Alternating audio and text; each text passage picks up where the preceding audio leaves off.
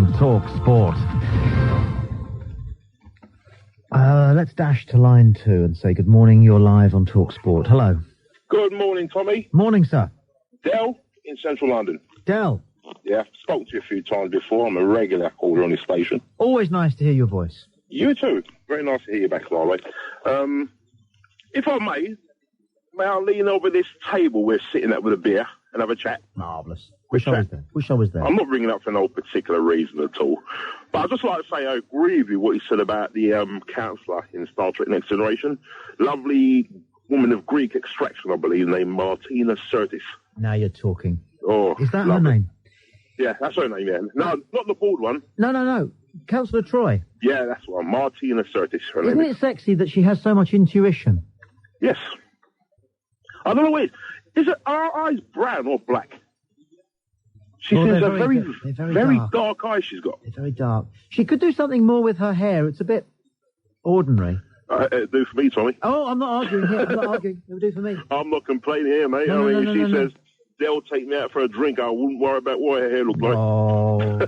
Believe me. Women think that all we fantasize about is, rough and ready sex. But we actually fantasize about beautiful occasions with the women of our dreams. Yes. We do. Yeah. I mean the sex part really also may be quite boring, quite frankly. Yes. I think the conversation and the company will be much more fulfilling for me. And the anticipation of the whole thing. Yeah. And I also mention about something else as well, if I may. Sure. People that ring in and to say how much they hate you, and how much they hate your show, am I correct in thinking that these are the same people that ring you every couple of weeks? It's a little band of people. I love them. But that annoys them. But Tommy, they must be listening. I mean, they've answered the wrong question, why people listen to you. I know. Because they're listening to you all the time. And although they don't like you, they keep ringing in, so they must be listening. I know. So they should really sort of sit back and take stock and ask, why am I listening? And then there's your answer. They haven't got the apparatus to do that, I don't suppose. But obviously not. I don't want them to either, because there's nothing more interesting or enjoyable than an argument. It's like, I've said this before, you're in the pub and there's a couple over there and they're all lovey-dovey. You're not interested, but there's a couple over there and they're having a right ding-dong. Well, you want to hear it, don't you? Well, it's something to get your teeth into, isn't it? Exactly, and it's the same with an argument on the radio, even if it's a lousy one, and not many of them are very good at arguing, which is a pity. Well, yeah, that's what I was going to say to you. If someone is, don't have a reason, can't sort of find a reason why they don't like you, I mean, that's boring. I know you don't cut people off, but I would cut them off straight away, because it's boring. If someone's arguing and giving you a good, giving as good as they get, then, that's interesting. I would love somebody with the incisive intelligence and the articulacy and the wit, to tear me to pieces. But I don't think it'll ever happen. Not in this life. Not in this life.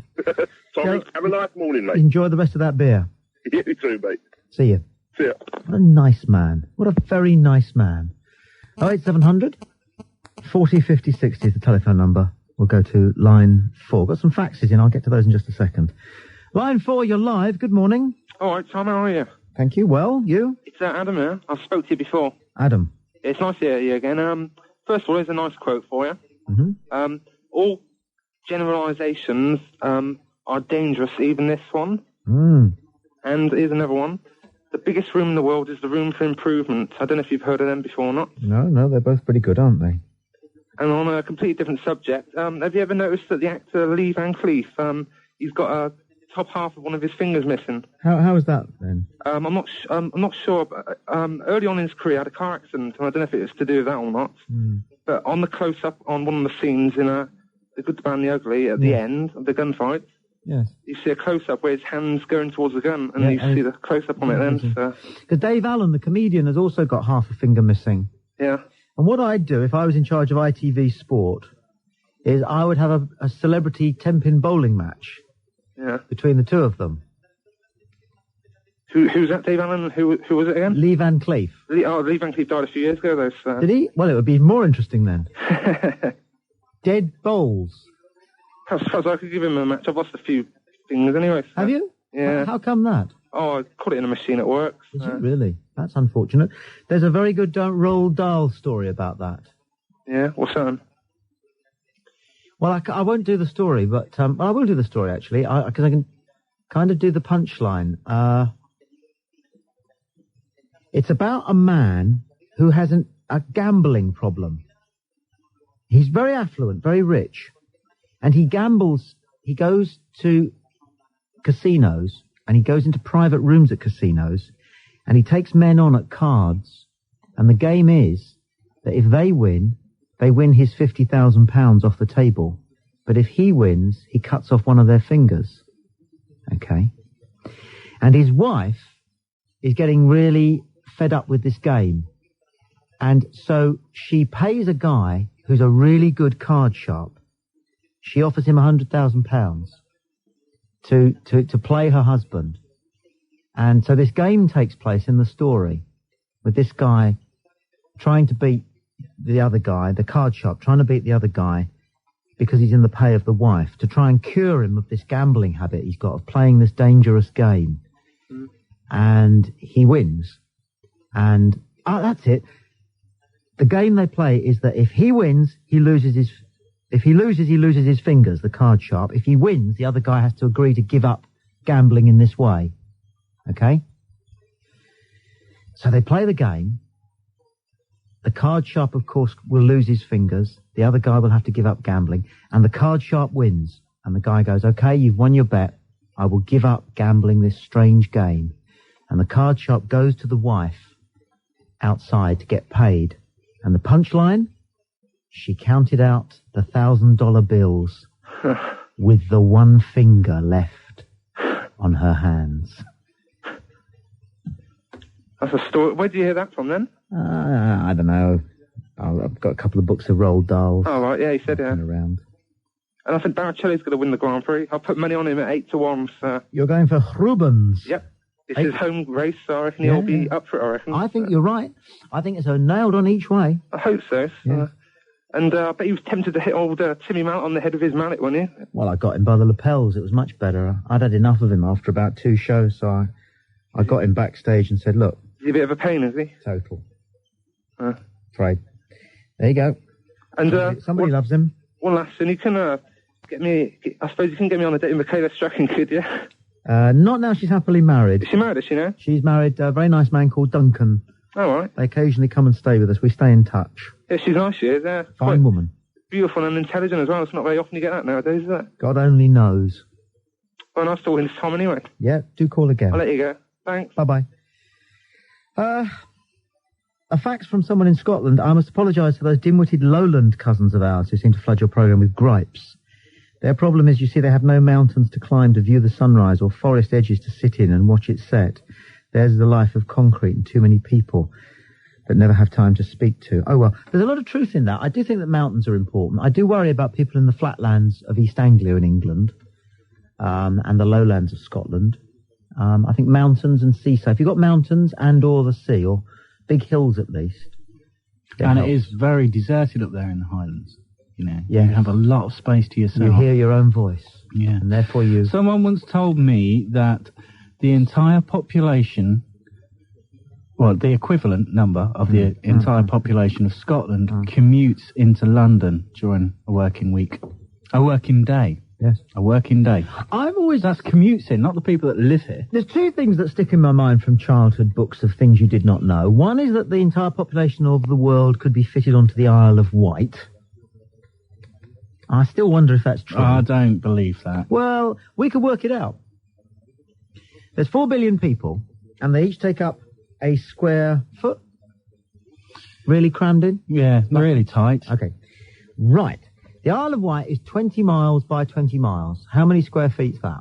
No, 20 miles by 10 miles. Say. I've got no idea. Well, it's 200 square miles, isn't it?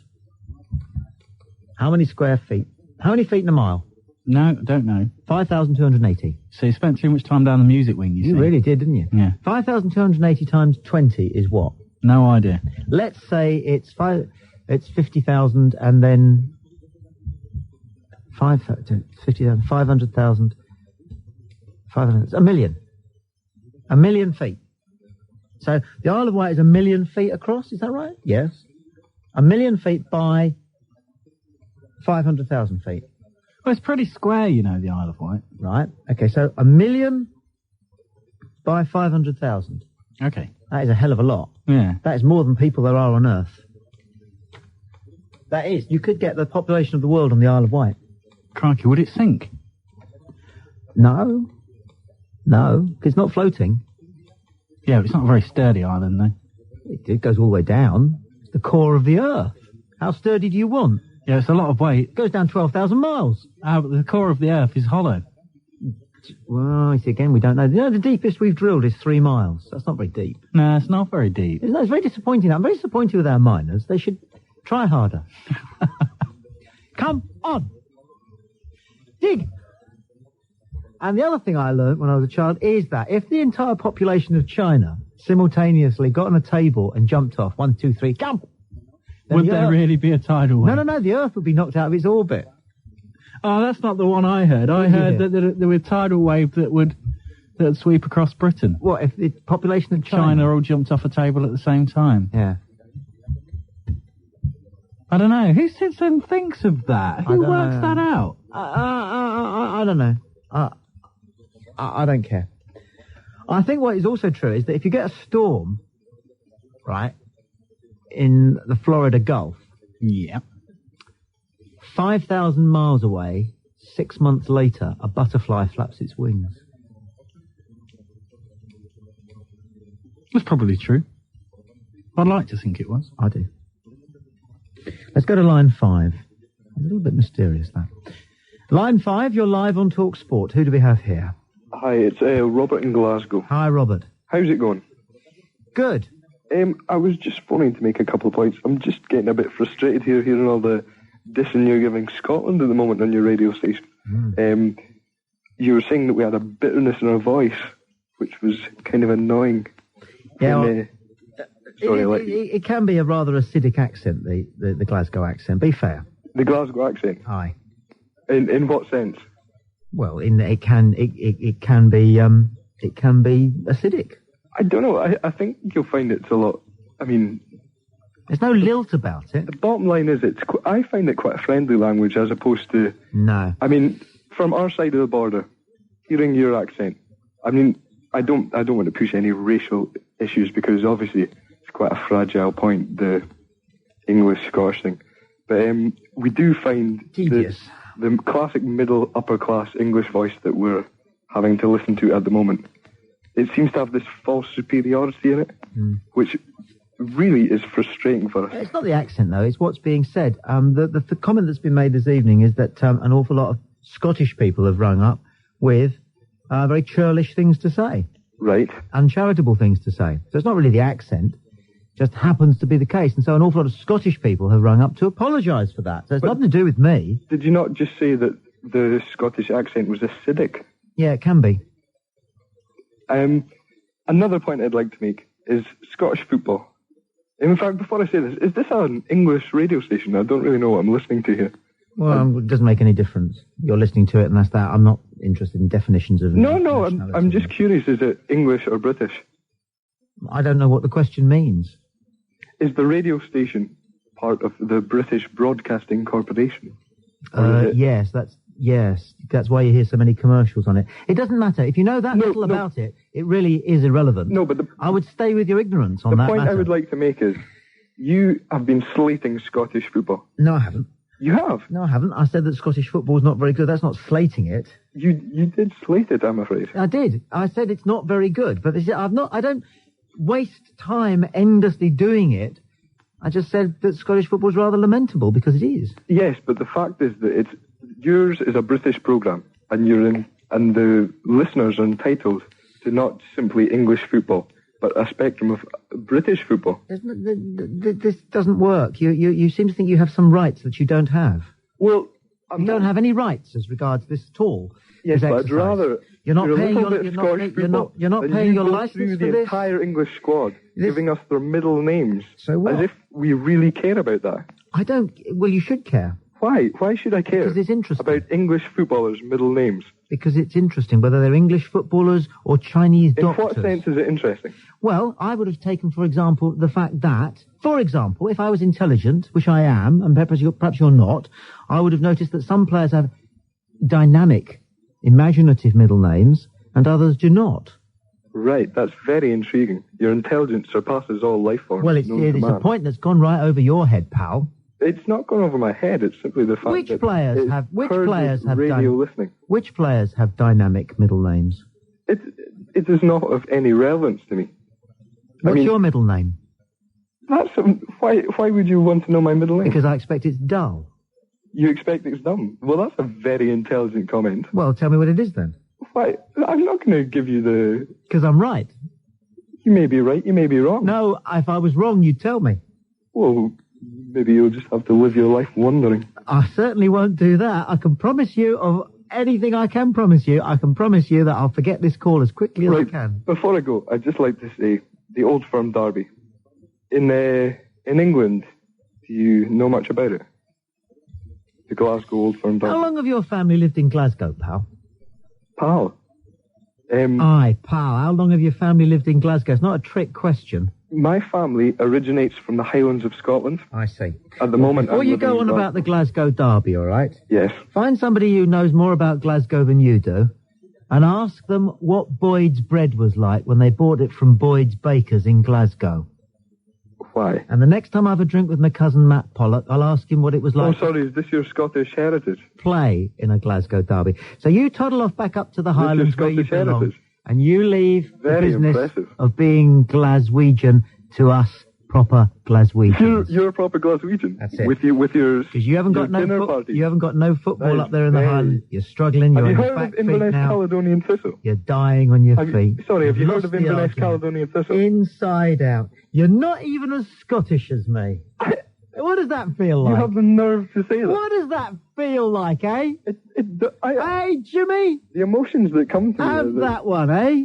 Are you trying to How about that overcome me by how shouting about at that me? for a I mean, top? simply by yelling down at me is not going to make you seem... I mean, No, you managed what to I'm doing- overcome some people What on I'm the doing radio. here is lifting the conversation because you're dull, like your middle I'm name. dull. Like your middle name. This is coming from the man who's given us all the middle names of the English squad. If you don't have the intelligence to work out why that's valid and interesting, Why- so the reason I'm not going to labour the point. The reason I'm not going to labour the point, okay, is because I want people to work out. Now you go away. This is your job for the week, right? You've got the intelligence to work out which of the players had dynamic middle names and why, and which of the players had dull, tight-assed middle names Sorry, did you say tight-arsed? and why. Sorry, Okay, can I just verify if you you said can tight-arsed? work that out, okay, No, sorry, I and just want you to phone me repeat back it so that I could next verify week, it. okay, then you will have Yes? learned something. What exactly will I have learned, though? Well, you find out the answer and then you'll have learnt it. No, but if you could tell me in No, of course I'm not. prior to my learning If you discovery, then tell I won't have somebody- to waste my time. You won't be wasting your time. If you are told something, you don't learn it. You only Yeah. learn things that you find out by yourself. If you That's remember... not true. Ha! What do you know about teaching? What do I know about teaching? Yeah. I know that you don't need to learn things yourself to work Are you things a out. qualified lecturer in the theory of education? Are you trying to scare me with some sort of qualification you may seem to have? Telling you that I am. Well, that doesn't impress me at all. Now, really. you come on here and start... Teachers are some of the most ill-educated members of our public at the moment. Maybe, but don't tell me what's learning. I will tell you whatever I think, though. You seem to have this ideal that you're in a position of superiority because you have this radio show. No. Have you actually thought of the fact that your radio station is broadcasting at 3 in the morning, 4, 5, that sort of hours? The reason that I mean, feel you're not a superior success. to you is because I am You are what? superior to you. What is your judgment in that? You don't know me, and you're assuming that you're superior to me. Does that not just reek of unintelligence? I am superior to you because I would never humiliate myself by ringing a radio program. Right. Instead, you humiliate yourself by broadcasting a radio program. That is quite impressive, I have to admit. I'll see you at the paying counter at the bank, Cocker. The paying counter of the bank, what does that mean?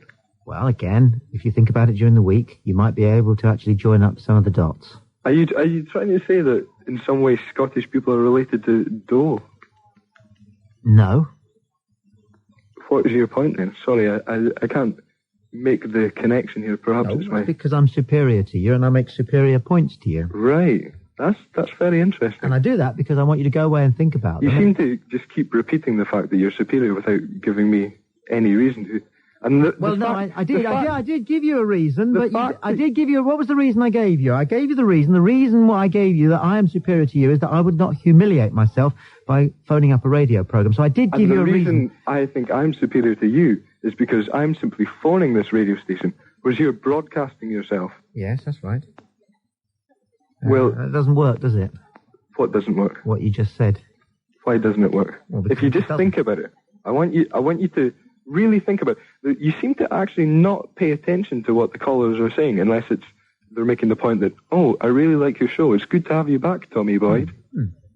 But, I mean, there was one man who said, in the midst of your quite self-indulgent comments about the middle names of English, I hate to come back to this. It's not as if I'm... It really annoyed you, that, didn't it? Didn't you No, realise not particularly. That's the third time you brought it up. You must have a very low threshold of irritation. This is a further point, right? And let me tell you something else about you, because I know you. May I just say I know this you before very you well interrupt? indeed. Because you've interrupted me a shout lot, and me down. I haven't interrupted you once. Sorry, I'll let you carry on, but if you let I me will. make my point after. No, of course, by all means. Thank you. Right, go ahead. By all means. I know you. That's quite terrifying. You just interrupted me. You paused as if that was the end of it. Right, carry on, sir. Sometimes people pause. Do you ever listen to Radio 4? Yes. You interrupted me again. That was a rhetorical question. This is the last time, okay? You're a very stupid man, because I asked you not to interrupt me, and the first time you interrupted me after about 3 words, and the second time you interrupted me after about another 3 words. Now, this is your last chance. You're going to shut up. Okay. I can't bother to talk to you now, so you say your boring point and then get off, okay? Okay.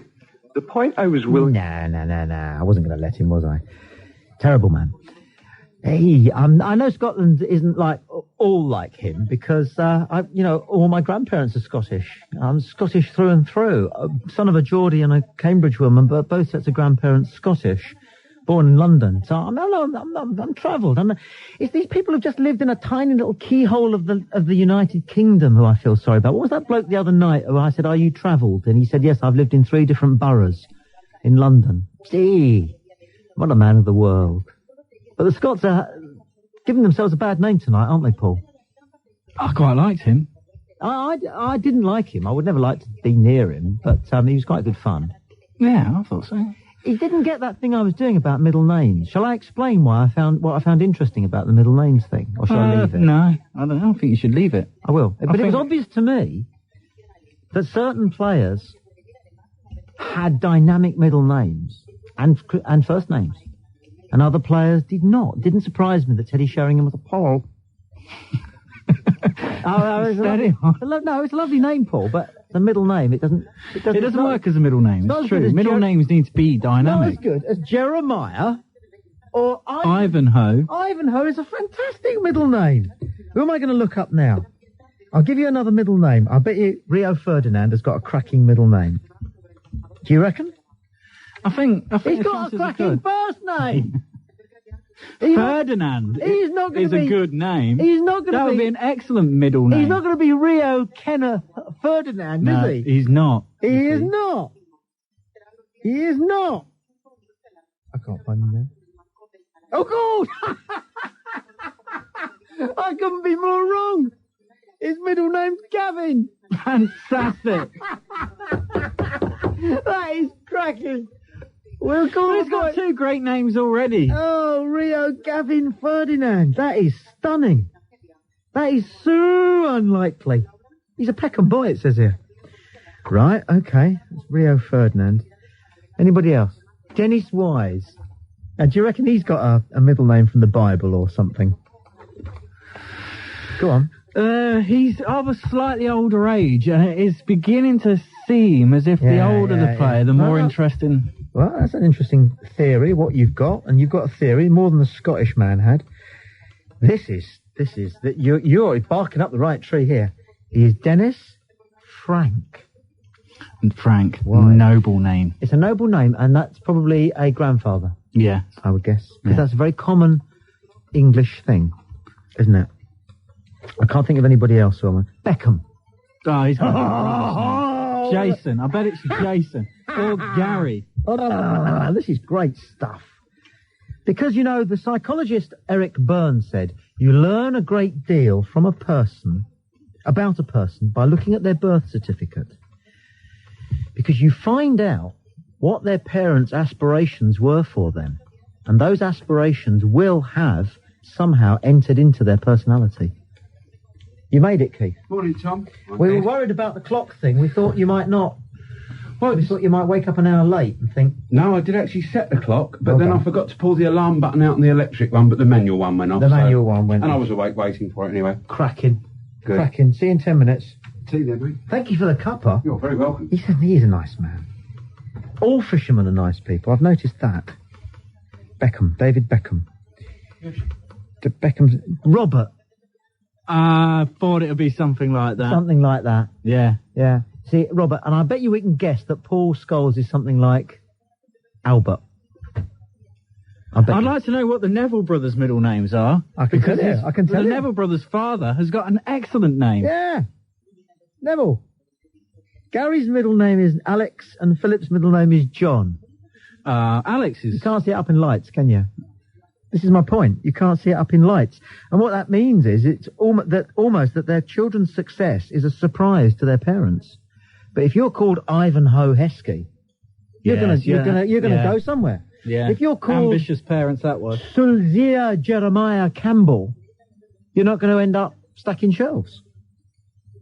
I'll just have a look at Paul Scholes. This is an important tip for parents. Give your child some sort of a name. God's sake.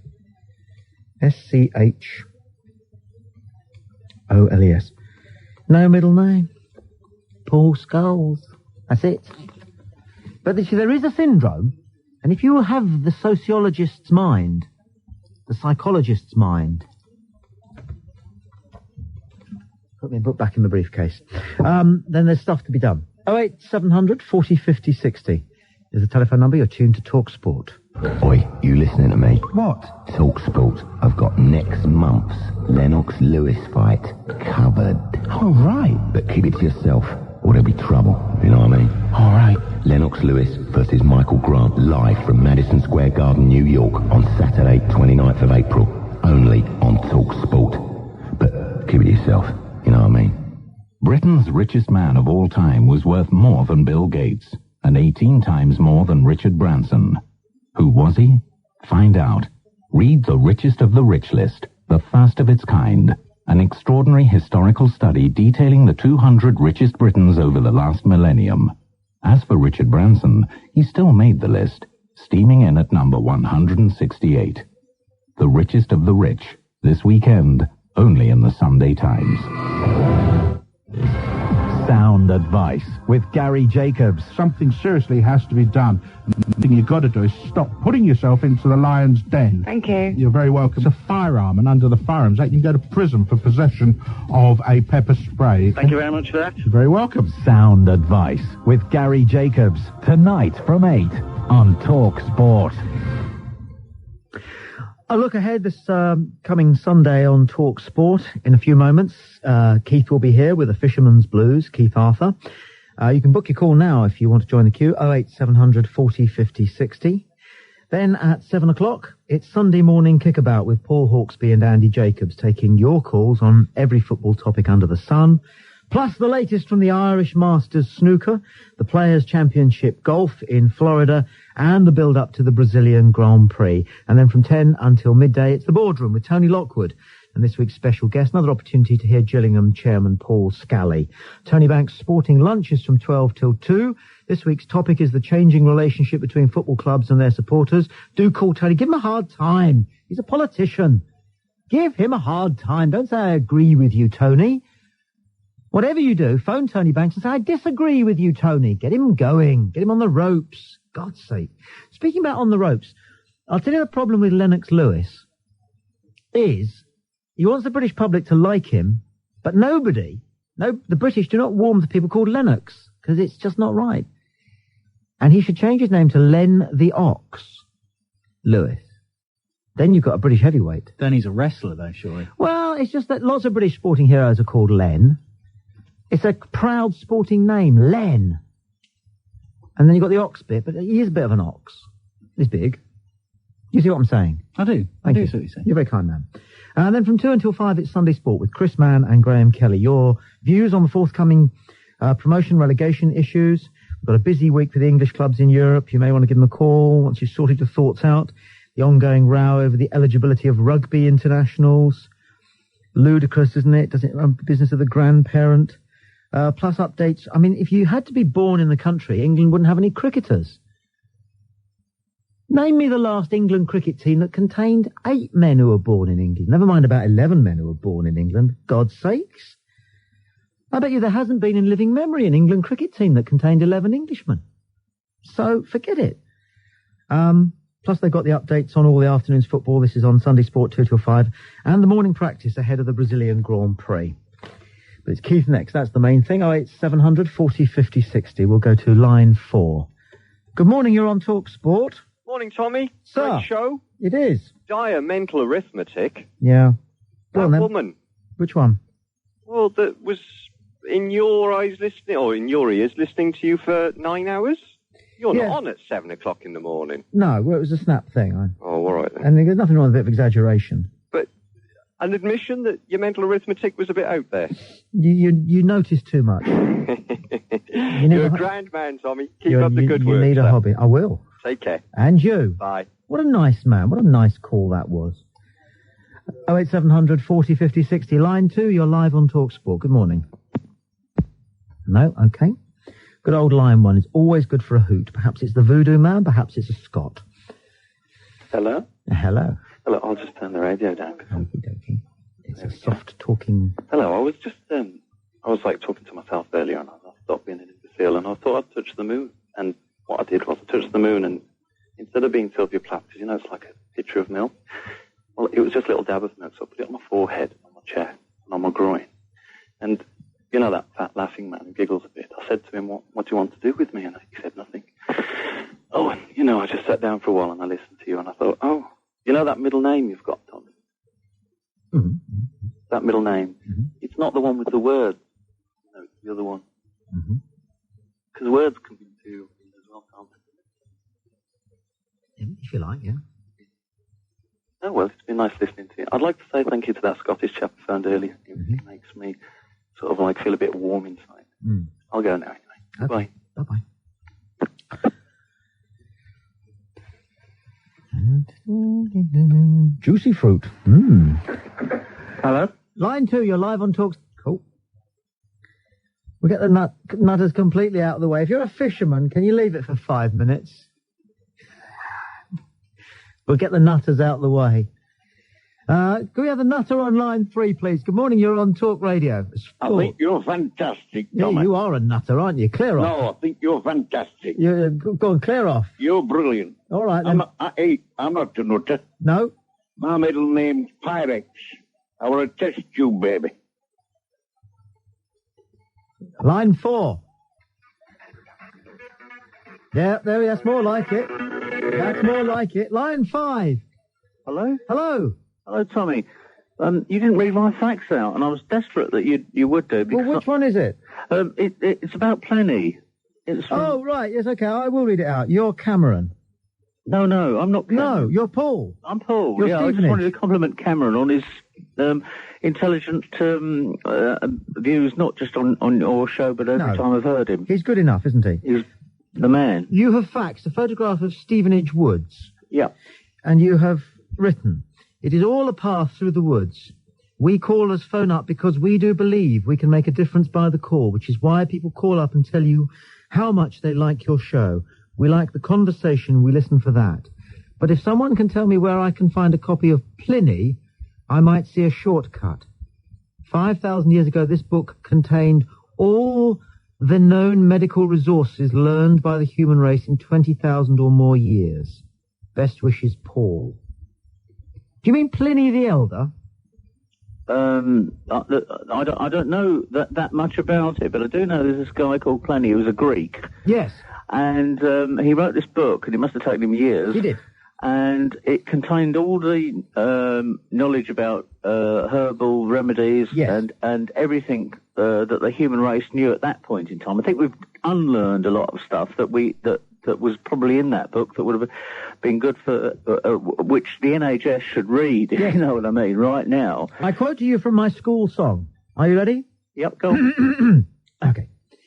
Stand firm, united sons of Tudor, join your voice. Are you listening? Yeah, I'm listening. Loud and clear, call men to hearken while great Pliny's words of praise. Are you listening? Yep. Got a pen. I'm reaching for one. Are sounded here, nulla die sine lineum. Nulla, N-U-L-L-A. N-U-L-L-A. N-U-L-L-A. Sine, S-I-N-E. S-I-N-A. Sine is S-I-N-E. Yeah. Sine Linnea. L-I-N-E-A. Nulla die. Oh, I missed that dies, didn't I? Nulla dies. D-I-E-S. Sine Linnea. All right. Is this helping? Not as much as if you told me which university might have a copy of it. Try the British Library, or go into your own library. Your own library will be able to get you a copy of any book that any library in Britain's ever had. They work like that. They're networked. Yeah, no, I do know that, but I mean, I haven't been able to. I've tried for years, you know, and maybe because I'm an idiot, I've failed. But I need to find one reasonably quickly. What is wrong with you? Well, you know, I mean, you get through to people and they don't give you any answers. No. What is your ailment that you need to consult this book? This is desperate stuff. Well, it's not for me, actually. It's somebody else. And because they're probably listening or might be hearing. Okay, fair enough. I don't want to say. Right. But, it's not an ear problem, then? Well, no, I don't want to say too much. Fair enough. But... essentially, he had cures for all sorts of things. Yes. Which were based on things that people could do either themselves or whatever. The Roman Empire existed for, I'm told, for 600 years without the use of a doctor. And that was presumably because people who were, you know, like fairly, well, I guess they were shopkeepers or something like that, could supply the remedies for the various ailments based on the knowledge that they gained. I mean, all that time ago, that sort of knowledge would have been as accessible as you know, email is to us today. It's surprising how little has remained of the knowledge and culture of the Romans. Well, and the Egyptians as well. Yes. Okay, well, look, who knows? Well, if somebody out there... Very, very unlikely. You're much better off with your own labours, and I wish you luck, and let me know if you succeed. Well, I'll certainly let you know if I succeed, but more to the point, if there is by any chance, and I'm sure, you know, everything in this world is connected, as you said a little bit earlier, or as somebody else was saying a little bit earlier, if you raise a hurricane in... Yes, a butterfly flaps its wings. Thank you. Most to the point, Keith is next with the Fisherman's Blues. Talk to you tomorrow.